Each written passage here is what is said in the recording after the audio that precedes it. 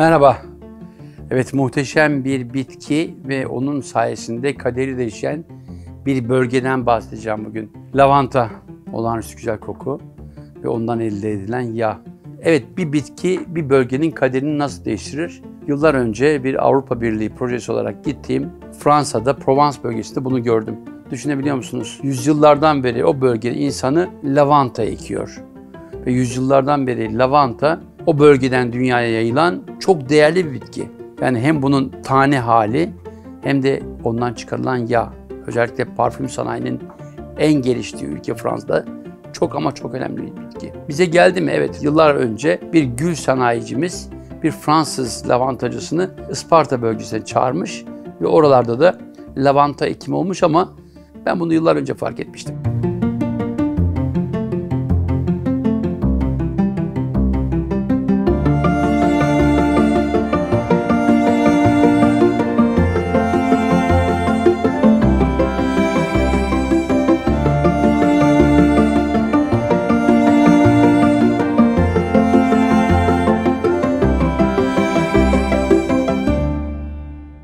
Bu tür şeylerde nasıl başarılı olunuru öğrenmek için Provence bölgesine gittim. Kalabalık bir ekiple gitmiştik.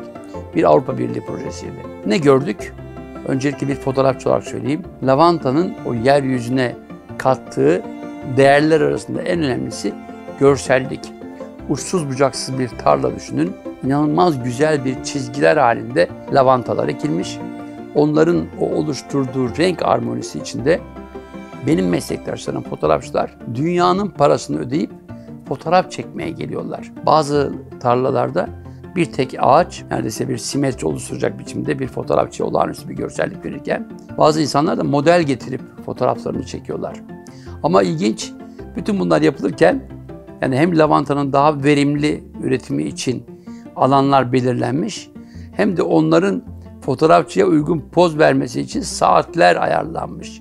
Yani gelişigüzel bir saatte gittiğinizde elde ettiğiniz renk olağan dışı renklere ancak belirli saatlerde oluyor. Güneşin batışında, güneşin doğuşunda, güneşin çok dik olduğu saatlerde çok farklı renkler görebiliyorsunuz. İşte bütün bunlar hesap kitap işi. Ama en önemlisi lavanta eken insan bu işten nasıl para kazanıyor? Bunu sorduk. Herkes mutlu. Yani Provence bölgesinde yılın 2 ayı çok faal, milyonlarca turist gidiyor. Lavantacılar mutlu. Onların sayesinde yan ürünleri üretenler, onları pazarlayanlar inanılmaz mutlu. Bölgenin inanılmaz bir gelir kaynağı var lavanta turizmi sayesinde.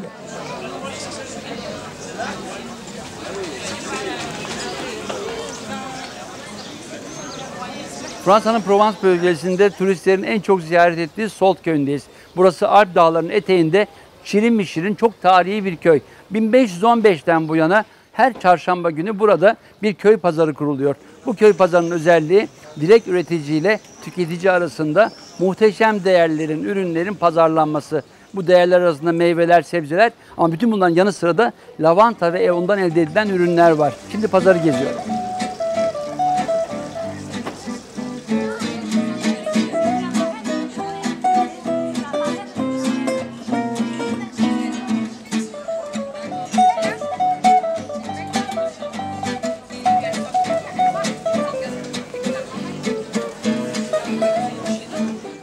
Bunlar yapılırken bazı denetim sistemleri ve bazı programlar bünyesinde yapılıyor. Kontrollü köken adlandırılması. Bu Avrupa Birliği ile ortaya çıkan bir denetim sistemi.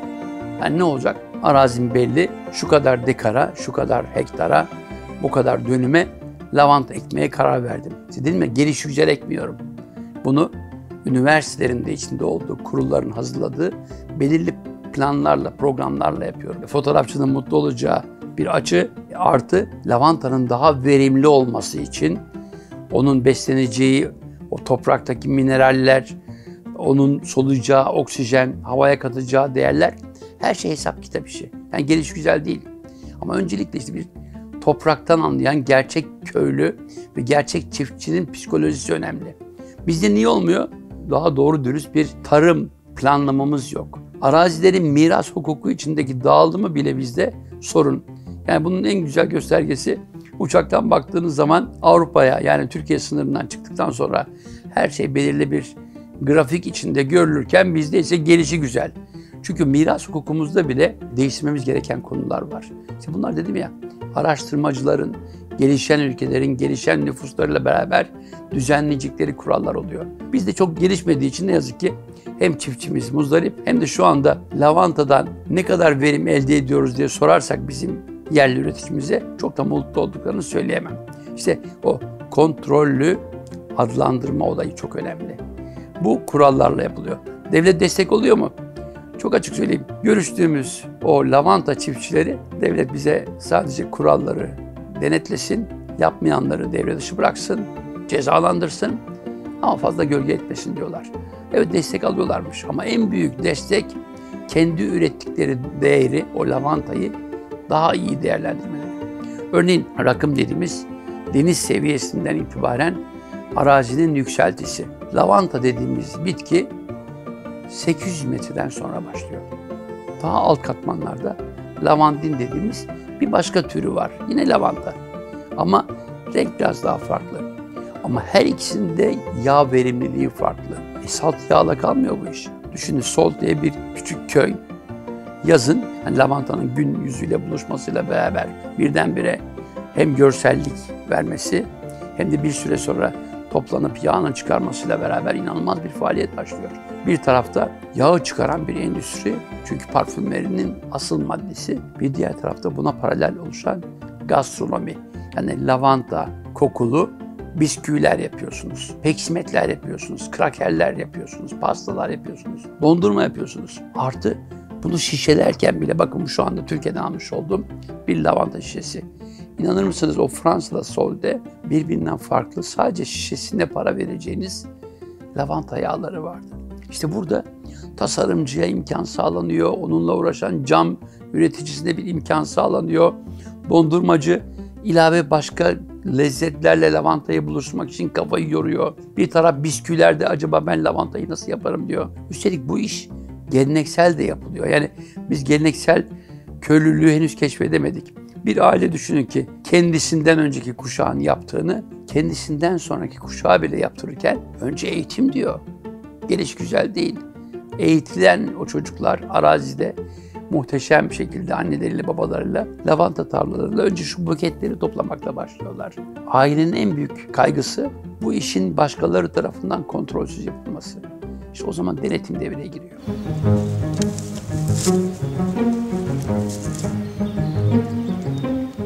Vincent ve ailesi kuşaklardır aynı işi yapıyor. Tıpkı babası gibi Sezar da çekirdekten yetişiyor.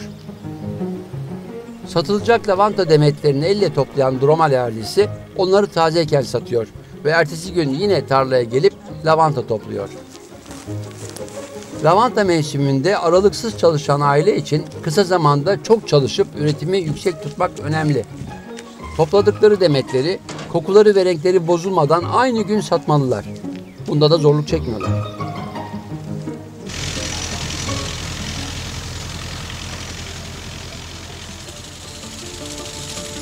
Vincent'ın bu rutini tüm yaz sürüyor. Sabahın erken saatlerinde ve akşam lavanta toplamakla geçiyor.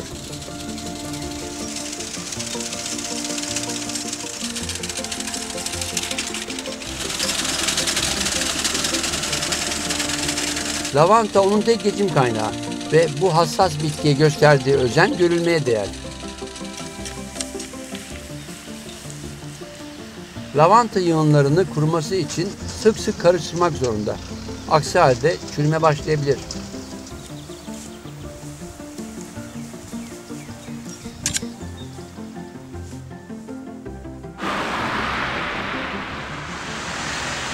Vincent'ın topladığı lavantaların yağını sıkmak için bölgedeki tek damıtım evinde randevusu var.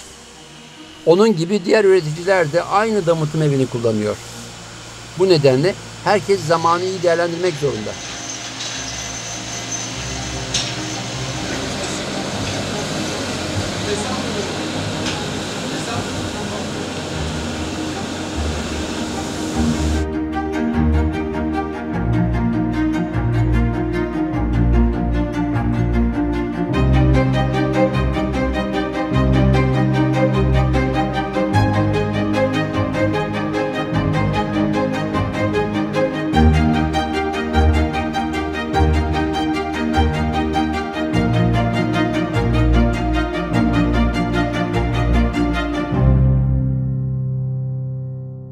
Yani bir traktör kaç dönümlük arazi içinde geçerliyse gelip de her köylünün, her ailenin bir traktör sahibi olmasına gerek yok. Bir ölçüm yapılıyor. O arazide boş durmayacak bir traktörcü bütün arazilerin hem üretim döneminde hem hasat döneminde görev alıyor. Böylelikle biri traktöre para harcarken bir diğeri bunun yağ sıkımı ile ilgili teknolojiyi takip ediyor. Bazıları ise silolar kurup bunların kurutmalarını sağlıyorlar. İşte bir görev paylaşımı var. Ama bütün bunlar yapılırken önce dedim ya, bunun bir ismi var. Kontrollü köken adlandırması. Kolay bir şey değil. Başlangıçta zor geliyor böyle denetlenmek ama bizim insanımız da bunu yapabilir.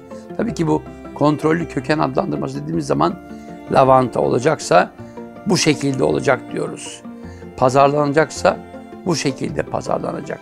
Burada 100 tane lavantacı varsa bize 110 tane, 120 tane daha gönderme. Bunun sayesinde o bölge mutlu.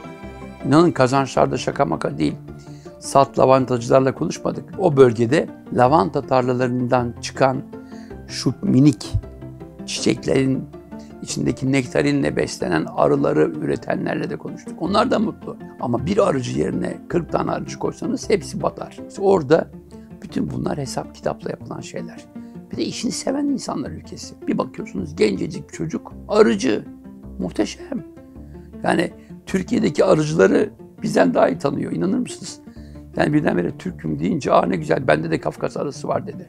Yani biliyor çünkü takip ediyor, okuyor, araştırıyor. Çünkü onu bir meslek gibi görüyor.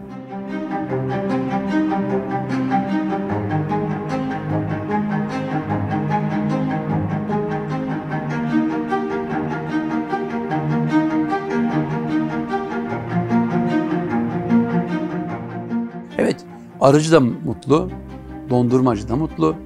Bunu belirli bir süre için buket olarak satan da mutlu.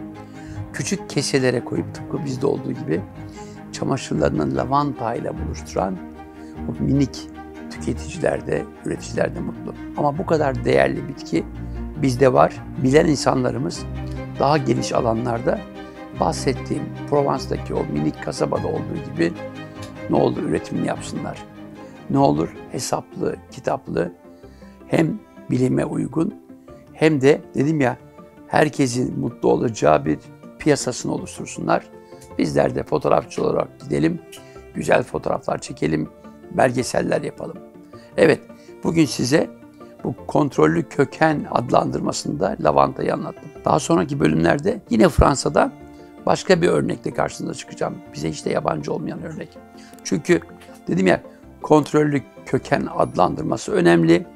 Bu bir şekilde bizi denetleyen, abuk subuk yollara başvurmamızı engelleyen bir denetim sistemi. Lavantacı mutlu olacak, diğer bitkileri üretenler mutlu olacak ve ülkemiz kalkınacak. Sağlıcakla kalınız.